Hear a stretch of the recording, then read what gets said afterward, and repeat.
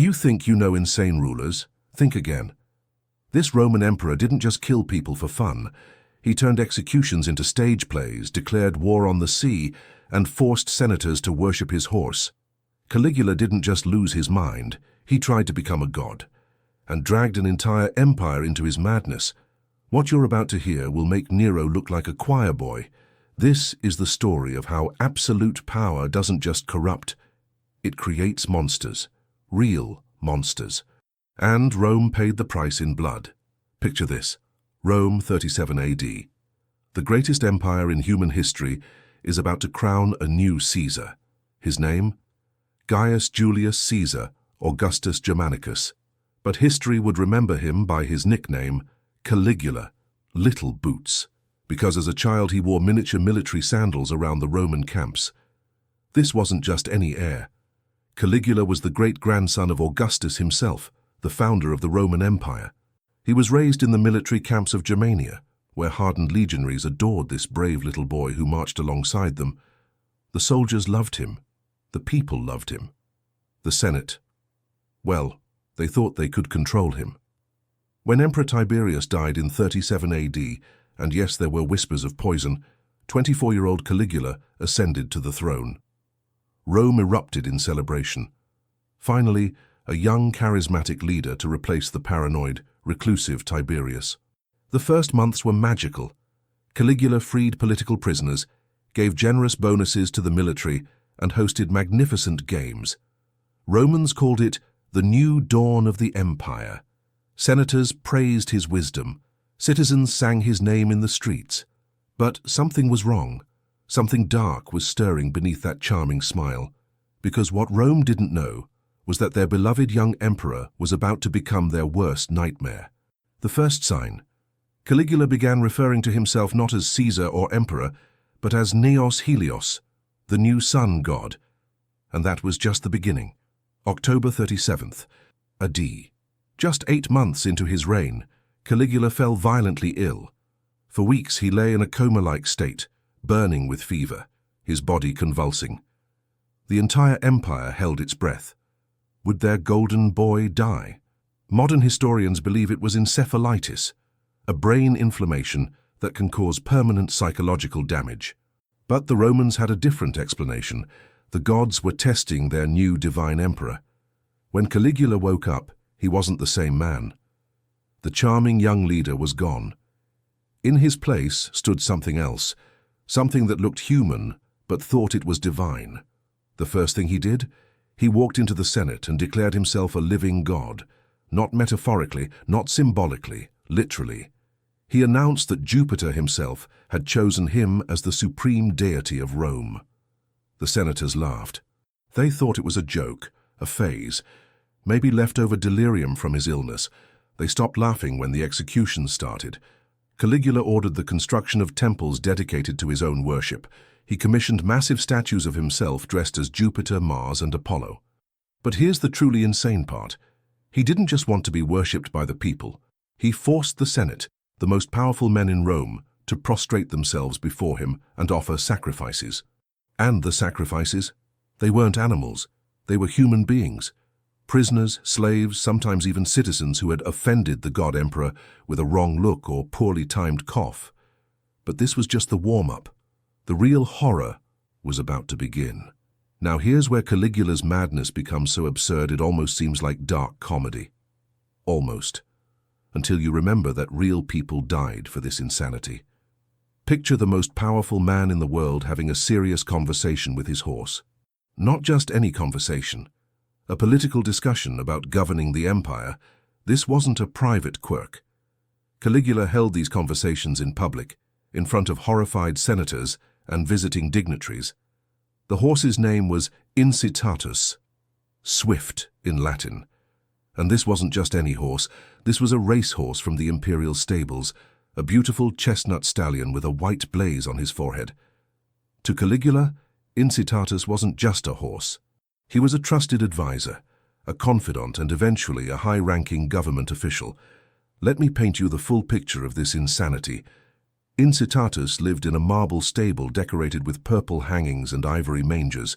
He wore a jeweled collar worth more than most Roman citizens would see in a lifetime. Servants fed him golden barley and wine from jeweled goblets. He had his own staff of 18 servants whose only job was to care for this single horse. But it gets worse. So much worse. Caligula built in Incitatus a 2-story house. A house, complete with furniture, servants, and dinner parties.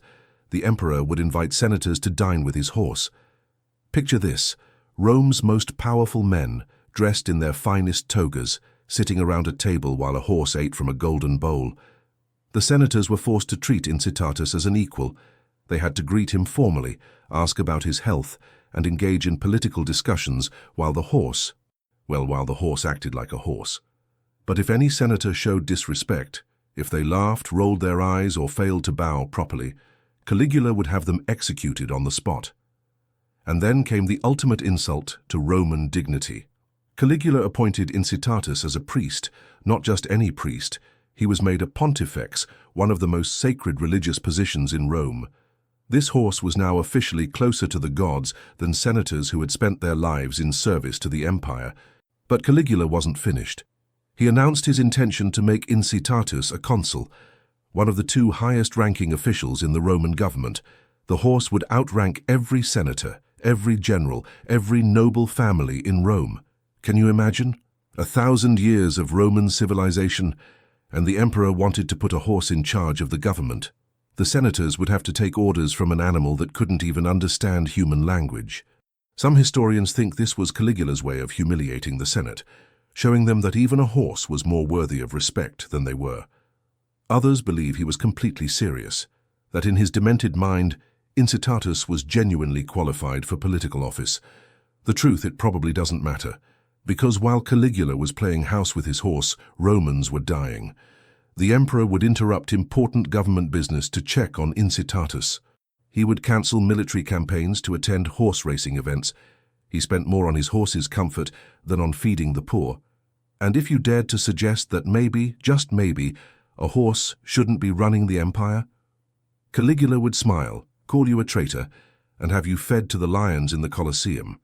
Because in his mind, anyone who didn't respect Incitatus was disrespecting him, and disrespecting a god was punishable by death.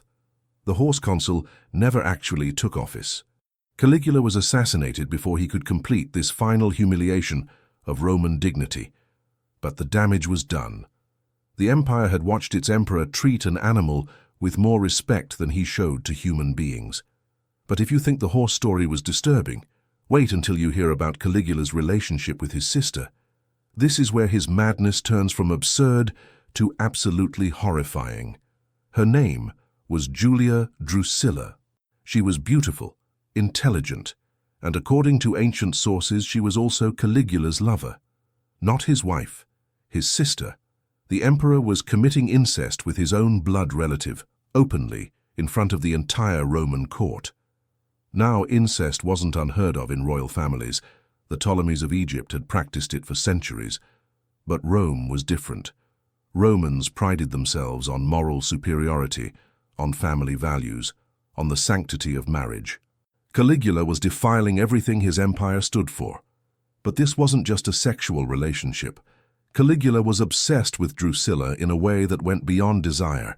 He elevated her to goddess status while she was still alive. He had statues carved of her as Venus, the goddess of love. He forced Romans to swear oaths by her name instead of by the traditional gods. The emperor would bring Drusilla to Senate meetings, where she would sit beside him on a throne of equal height. Senators were required to bow to her, to seek her approval for legislation. She wasn't just his sister-lover, she was his co-ruler, his divine consort in his demented fantasy of godhood. Ancient historians describe their relationship in disturbing detail. Caligula would publicly fondle her during state dinners. He would whisper to her during religious ceremonies, ignoring priests and sacred rituals. He called her his divine sister and claimed that their union was blessed by Jupiter himself. But here's where it gets truly sick. Caligula believed that their incestuous relationship was producing divine offspring. He claimed that Drusilla was pregnant with godchildren who would rule the empire after him. Whether this was true or just another delusion, we'll never know. Because in 38 AD, just 1 year into Caligula's reign, Drusilla died. The cause? Fever, according to court physicians. But many suspected poison, either from enemies of the emperor or from Caligula himself, during one of his increasingly violent mood swings. Caligula's reaction to her death revealed the true depths of his madness. He didn't just grieve, he lost whatever remained of his sanity. The emperor declared a year of official mourning for the entire empire. All entertainment was banned. All celebrations were forbidden. Romans were required to mourn his sister as if she were a fallen goddess. But then came the truly insane part. Caligula declared Drusilla a goddess, not metaphorically, literally. He established a cult dedicated to her worship, with temples, priests, and daily sacrifices. Romans were forced to pray to his dead sister, to offer her gifts, to celebrate her divine ascension. The emperor commissioned hundreds of statues showing Drusilla as various goddesses, Venus, Diana, Minerva. He had artists create paintings of their divine union, showing them as god and goddess ruling from Mount Olympus. These weren't private keepsakes, they were displayed in public forums, forcing Romans to confront their emperor's incestuous obsession. Anyone who refused to worship Drusilla was executed for impiety. Caligula would personally interrogate suspected non-believers, asking them to recite prayers to his sister. If they hesitated, showed discomfort, or failed to demonstrate proper reverence, they were immediately condemned to death. But the most disturbing part? Caligula began claiming that Drusilla was communicating with him from the afterlife.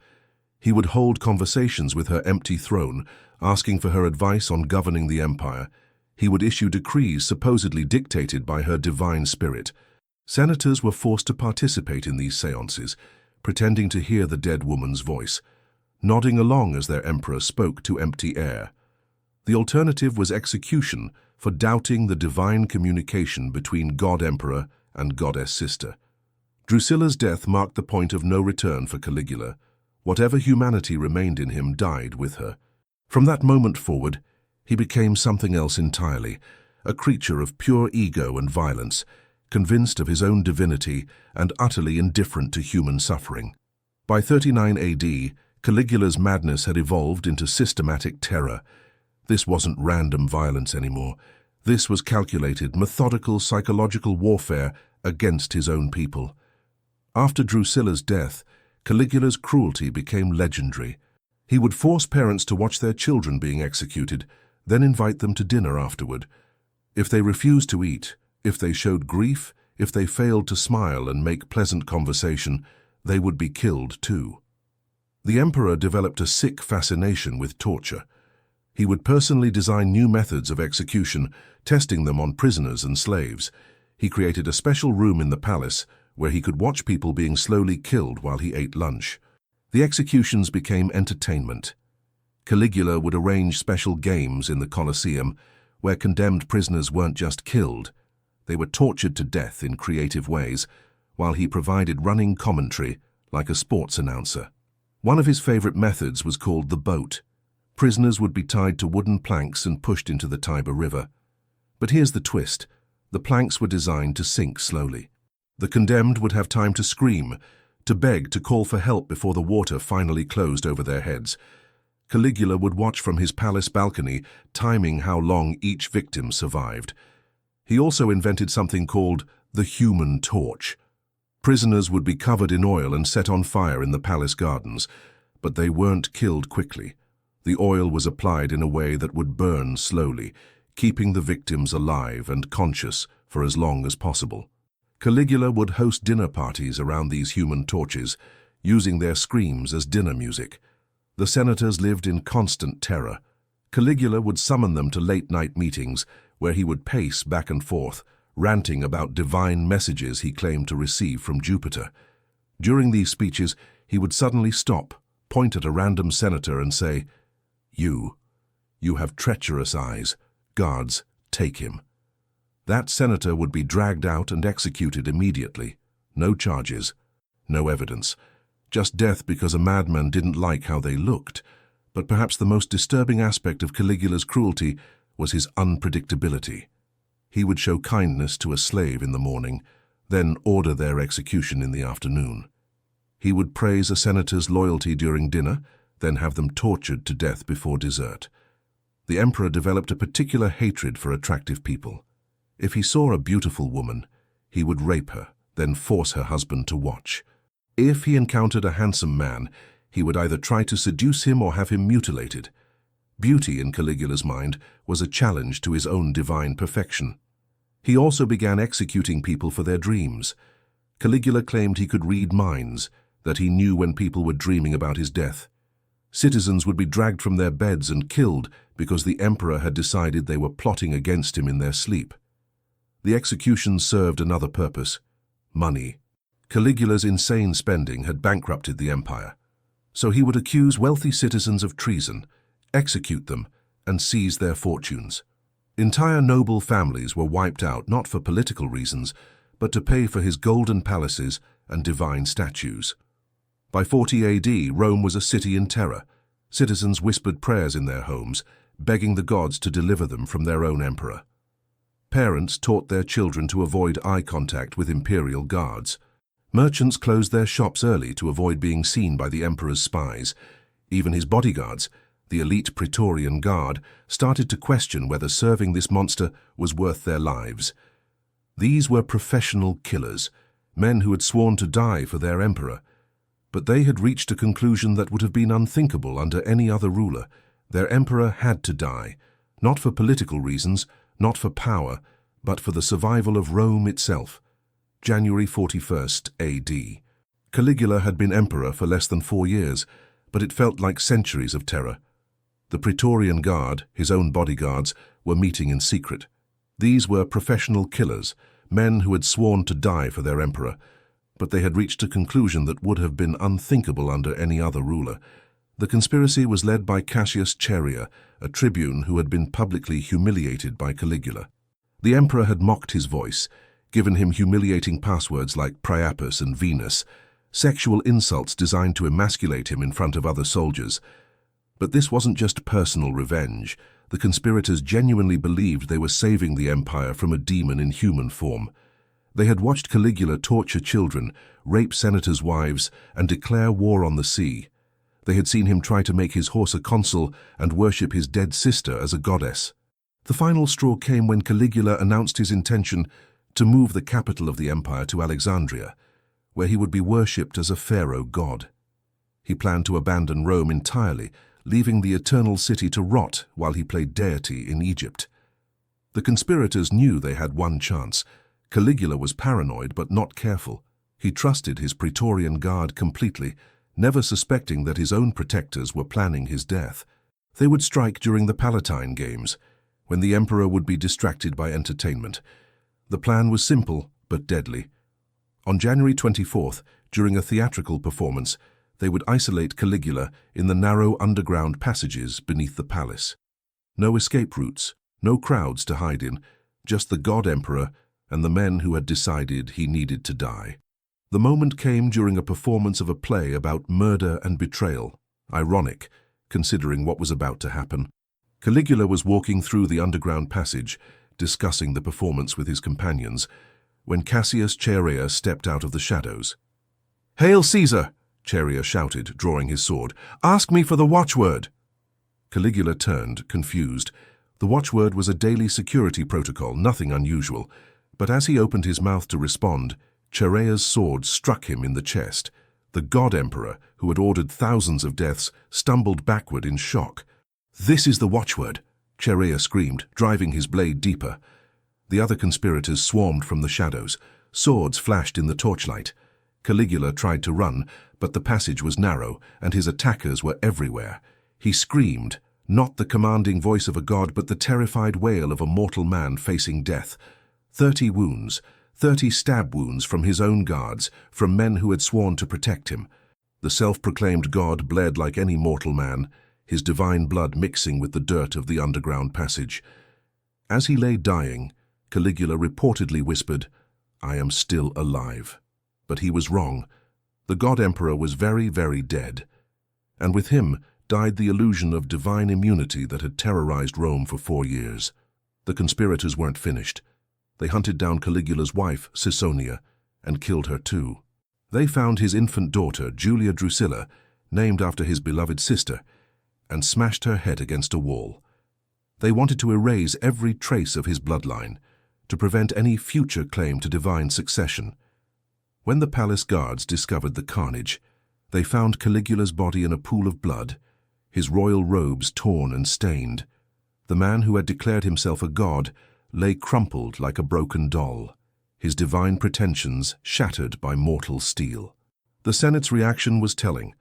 When they learned of his death, they didn't mourn. They didn't hold funeral rites.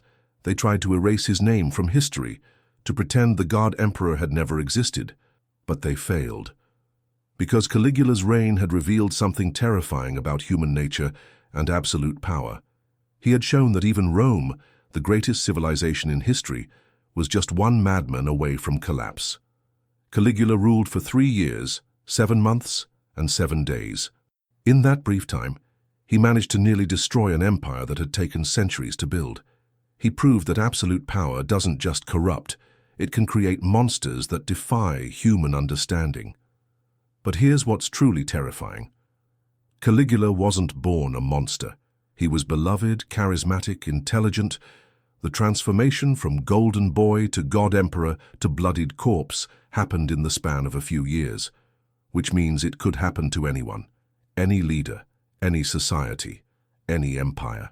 The senators who survived his reign wrote that Caligula had proven even gods can bleed, that no empire is immune to madness, and that sometimes the greatest act of patriotism is killing your own emperor.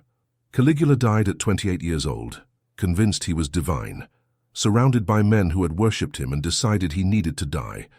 His horse Incitatus outlived him. His sister Drusilla's cult was disbanded. His temples were torn down. His statues were smashed. But the lesson remains. Absolute power is the most dangerous force in human history. It can turn saints into sinners, heroes into villains, and emperors into monsters. If you thought this was horrifying, just wait. Savage history is just getting started. Because Rome had more monsters than just Caligula, and their stories are even worse.